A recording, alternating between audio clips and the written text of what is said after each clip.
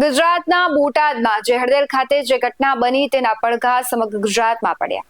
ધીમે ધીમે જે ઘટનાએ હવે રૌદ્ર સ્વરૂપ ધારણ કર્યું છે, કારણ કે તેને લઈને રાજકીય ગરમાવો આવ્યો છે, સામાજિક ગરમાવો પણ આવ્યો છે, કારણ કે એ ઘટનામાં જે લોકોની અટકાયત થઈ તેમાં ખૂબ મોટી સંખ્યામાં કોળી સમાજના લોકો હતા. અને આ કોળી સમાજના લોકોને જે ક્યાંક બ્રિજરાજ સોલંકી મળવા ગયા હતા. ત્યારબાદ આપણે જોઈએ કે કોળી સમાજના દિગ્ગજો એટલે કે હીરા સોલંકી અને દિવેશ સોલંકી પણ પહોંચ્યા હતા, પરંતુ આ બધાની વચ્ચે હવે નવો વળાંક આવ્યો છે. નમસ્કાર, BS9 TV ન્યૂઝમાં આપની સાથે હું ભગવતી વિશાવડિયા.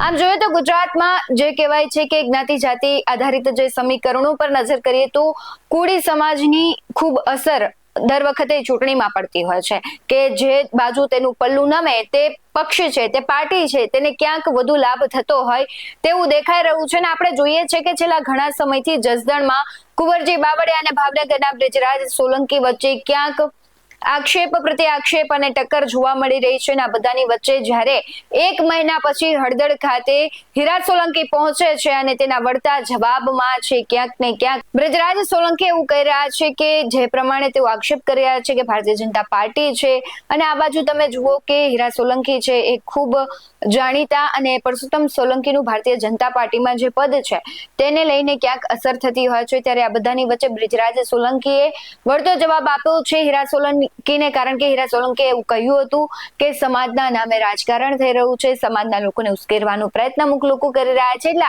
આડકતરો તેમનો જે પ્રહાર હતો ક્યાંક બ્રિજરાજ સોલંકી ઉપર હતો. ત્યારે બ્રિજરાજ સોલંકીએ પણ વળતો જવાબ આપ્યો છે. સૌથી પહેલા હીરા સોલંકીએ શું કહ્યું હતું અને તેના વળતા જવાબમાં બ્રિજરાજ સોલંકી શું કહી રહ્યા છે તેના પર નજર કરીએ. બસ સમાજે યાદ કર્યા અને હળદર ગામમાં જે બનાવ બન્યો એ તો દુઃખદ બનાવ છે, પણ બનવા જોગ બની ગયું છે.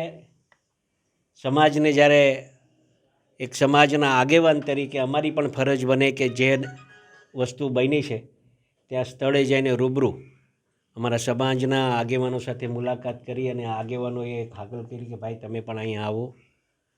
મારા સાથે મારો ભત્રીજો પણ દિવેશ પણ સાથે આવ્યા છે. મોટા ભાઈની આજ્ઞા હતી કે હીરાલાલ તમે ને દિવેશ બે જઈ આવો, અને એના અનુસંધાને અમે અહીંયા આવ્યા છીએ અને સાંભળીએ છીએ બધાને શું બનાવ, કઈ રીતે બનાવ, અને સંપૂર્ણપણે સરકાર પણ આની ચિંતા કરે છે.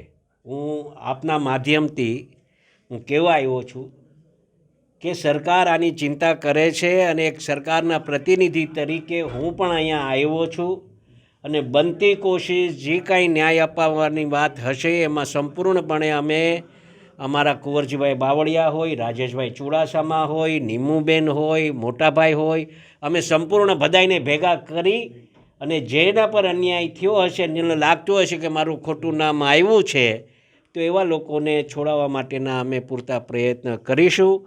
અને જે રીતે અમારા સમાજ ઉપર ખોટી રીતે એટલે કે અમારા ખંભે જે બંદૂક ફોડવાના પ્રયત્ન કર્યા છે એને સમાજને મારી ખાસ વિનંતી છે કે એમાંથી આપણે પાછા વળી જાય ને આ સમાજ તો હંમેશા ભારતીય જનતા પાર્ટી સાથે રહ્યો છે ને ભવિષ્યમાં પણ રહેશે, એમાં કોઈ ચિંતાને સ્થાન નથી. પણ આજે જ્યારે સમાજ ભેગો થયો છે, આગેવાનો એક ચર્ચા કરી અને કઈ રીતે પછી સરકારમાં જવું અને કઈ રીતે આપણે સરકારમાં રજૂઆત કરી એ હેતુસર અહીંયા હું આવ્યો છું. પીડિત લોકોને તમે વેદના સાંભળી છે, સ્થિતિ કેવી લાગે?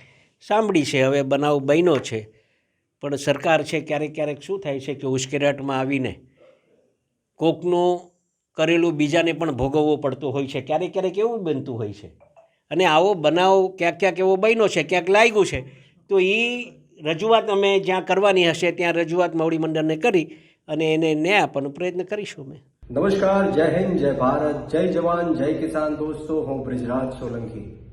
મિત્રો, ગત રોજ બોટાદ જિલ્લાના હળદળ ગામ ખાતે ભારતીય જનતા પાર્ટીના અમુક નેતાઓ જે કડદા કાંડને લઈને 85 લોકો જેલની અંદર છે એમના પરિવારજનોની મુલાકાતે પહોંચ્યા હતા. એમનો આ તકે હું ખૂબ આભાર વ્યક્ત કરું છું કે તમને 1 મહિના પછી પણ આ પરિવાર યાદ આવ્યો, સમાજ યાદ આવ્યો.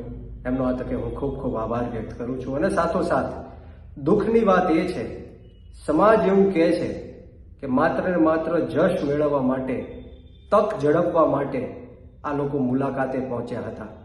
કારણ 19 તારીખે માનનીય ન્યાયાલય ચુકાદો આપવાની છે, હિયરિંગ છે, અને કદાચ આ 85 લોકોમાંથી અમુક લોકોને જામીન મળવાના છે, ત્યારે એમને એવું લાગ્યું કે આ જશ મેળવી લઈએ, તક ઝડપી લઈએ, ત્યારે એમની મુલાકાતે પહોંચ્યા હતા. બહુ દુઃખની વાત છે કે આમ આદમી પાર્ટી આ કેસ જ્યારથી ચાલુ થયો ત્યારથી લઈને આજ દિન સુધી 30 વકીલોની ટીમ જે સુપ્રીમ કોર્ટના અને હાઈકોર્ટના છે, વિના મૂલ્ય આ કેસ ઉપર કામ કરી રહ્યા છે. આ લોકોને છોડાવવા માટે મહેનત કરી રહ્યા છે. આમ આદમી પાર્ટીએ 85 પરિવારજનોને આર્થિક સહાય પણ આપી. દિવાળીના દિવસે પણ અમે એ પરિવારજનોની સાથે હતા. ત્યારે દુઃખની વાત એ છે કે અમુક લોકો જશ મેળવવા માટે અત્યારે 1 મહિના પછી આ પરિવારોની મુલાકાત લઈ રહ્યા છે અને એવું કહી રહ્યા છે, સમાજનો વાંક કાઢી રહ્યા છે કે સમાજના યુવાનો ઉશ્કેરાઈને પથ્થરબાજી કરી, પથ્થરો માર્યા. તો તમે એવું કેમ નથી કહેતા કે આ નિર્દોષ અને જે ભોળા ખેડૂતો હતા એમના ઘરમાં ઘૂસીને દરવાજાઓ તોડીને આ પોલીસે બહેરેમીથી, ક્રૂરતાથી, બર્બરતાથી આ નિર્દોષ સમાજની બહેનો, દીકરીઓ અને માતાઓ ઉપર લાઠીચાર્જ કર્યો, એમને લોહી લુહાણ કરી દેવામાં આવ્યા, એમને ઢોરમાર માર્યો. એ તમે કેમ નથી કહેતા? એ આજે હું તમને સવાલ પૂછું છું. તમે એવું કહો છો કે કોળી સમાજ ભારતીય જનતા પાર્ટીની સાથે છે.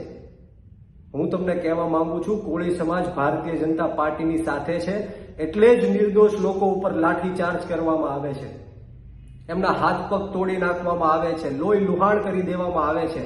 કોળી સમાજ ભારતીય જનતા પાર્ટીની સાથે છે એટલે જ એમની ઉપર અવારનવાર દમન ગુજારવામાં આવે છે. ત્યારે ખાલી બોટાદની વાત નહીં, પરંતુ જસદણ વિછ્યાની અંદર નિર્દોષ 92 લોકો ઉપર 307 જેવી ગંભીર કલમો લગાડીને એમને જેલની અંદર પૂરવામાં આવ્યા હતા. લાઠીચાર્જ કરવામાં આવ્યો હતો. ઊંચા નીચા કોરડા ખાતે 70 કરતા પણ વધારે વૃદ્ધ મહિલાઓ ઉપર લાઠીચાર્જ કરીને, બુઝુર્ગો ઉપર લાઠીચાર્જ કરીને કીડા મકોડાની જેમ જેલની અંદર પૂરી દેવામાં આવ્યા હતા. ત્યારે ક્યાં હતા? લાઠીની અંદર પણ 15 કરતા વધારે કોળી સમાજના નિર્દોષ લોકો ઉપર આ પોલીસે જ્યારે દમન ગુજાર્યો હતો ત્યારે તમે ક્યાં હતા? આ બોટાદ કળદા કાંડને લઈને આ લોકોને પોલીસ કસ્ટડીમાં 2 દિવસ સુધી જમવાનું નહોતું આપ્યું, પાણી પણ નહોતું આપ્યું, પગમાં ચપ્પલ પણ પહેરવા માટે નહોતા આપ્યા. ત્યારે તમે ક્યાં હતા? જો તમને ખરેખર આ સમાજની ચિંતા હોત તો તમે બીજા જ દિવસે આ પરિવારની મુલાકાત લે, તેમને આર્થિક સહાય આપે, એમની માટે વકીલો રોકીને આ કેસ ઉપર કામ કરાવડાવે. પરંતુ હવે આ કેસ જ્યારે માનનીય ન્યાયાલયના હાથમાં છે, હવે કોર્ટ મેટર ચાલી રહી છે, ત્યારે ક્યાંક ને ક્યાંક તમે જશ મેળવવા માટે કે આને રજૂઆત કરીએ, આને ભલામણ કરીએ એવી વાતો કરી રહ્યા છો. ત્યારે હું તમામ ગુજરાતના કોળી સમાજના આ નેતાઓને કહેવા માંગીશ, 40 જેટલા ધારાસભ્યોને કહેવા માંગીશ, અનેક સાંસદો છે એમને કહેવા માંગીશ, મંત્રીઓ, કેબિનેટ મંત્રીને કહેવા માંગીશ કે આજ દિન સુધી તમે કોળી સમાજને ન્યાય નથી અપાવી શક્યા. સમગ્ર ગુજરાતની અંદર સૌથી મોટામાં મોટી વોટ બેંક હોય તો એ કોળી સમાજની છે. 2.5 કરોડ કરતા પણ વધારે કોળી સમાજ આ ગુજરાતની અંદર વસી રહ્યો છે અને કોળી સમાજના મતે તમે ધારાસભ્ય, સંસદ સભ્યો અને મંત્રીઓ બન્યા છો, ત્યારે તમે એક છડીના 2 કટકા પણ નથી કરી શક્યા.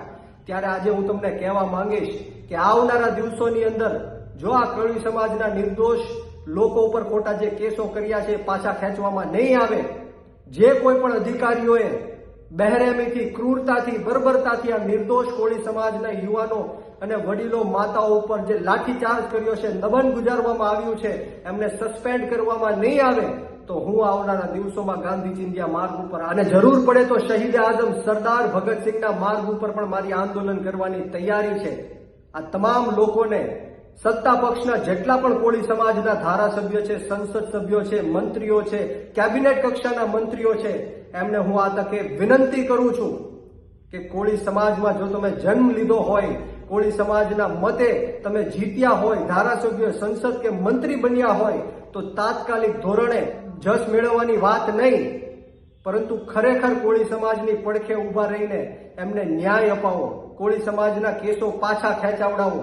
આવનારા દિવસોમાં આમ આદમી પાર્ટી કોળી સમાજની સાથે ઊભી છે અને આવનારા દિવસોમાં તમામ ખેડૂતો અને યુવાનો હવે જાગૃત થઈ ગયા છે. અને જડબાતોડ જવાબ દેવા માટે આવનારા દિવસોમાં મેદાનમાં પણ આવી રહ્યા છે. જય હિન્દ, જય ભારત, જય જય ગરવી ગુજરાત. આમ તો જોઈએ તો દરેક વ્યક્તિ છે, કોઈ પણ સમાજનો હોય, તે ક્યાંક ને ક્યાંક ચૂંટણીને આધારિત જ અને જ્ઞાતિ જાતિના સમીકરણોને આધારિત જ આગળ આવતો હોય છે. અને હવે વાસ્તવિકતા છે કે આમ આદમી પાર્ટીએ જે કહેવાય છે કે મહાપંચાયતો કરી, ત્યારબાદ બ્રિજરાજ સોલંકી આમ તો જોઈએ કે જસદણના ઘણા એવા પ્રશ્નોને લઈને તે મેદાને હતા, પરંતુ આ વખતે તે વધુ આક્રમકતા સાથે લડતા જોવા મળી રહ્યા છે. દિવાળીમાં પણ જે ખેડૂતો છે જેલમાં બંધ છે તેમના ખેતરે ગયા હતા, તેઓની મદદે આવ્યા હતા. અને ફરી એક વખત જ્યારે હીરા સોલંકી આ લોકોને મળવા જાય છે ત્યારે સવાલ તે કરે છે કે અત્યાર સુધી ક્યાં હતા.